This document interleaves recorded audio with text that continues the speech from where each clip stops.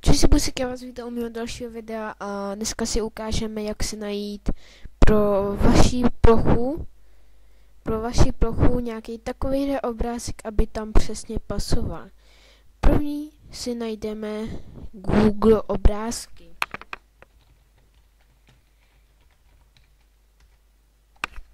Zde to první.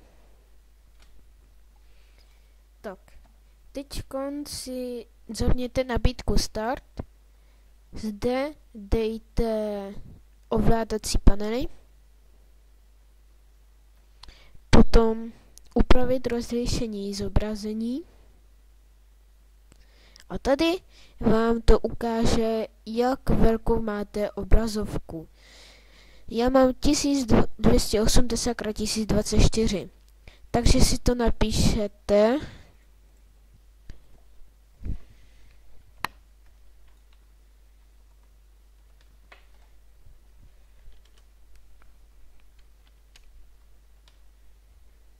Tak.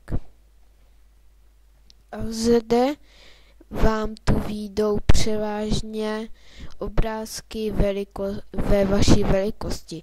Zde si se můžete dát ještě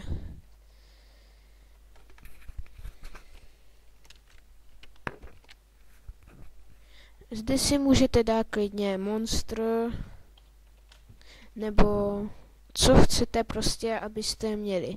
Jak vidíte, tak je to přesná velikost, prostě všechno. Tak to by bylo všechno a těším se u vás na dalšího videa a zatím čus.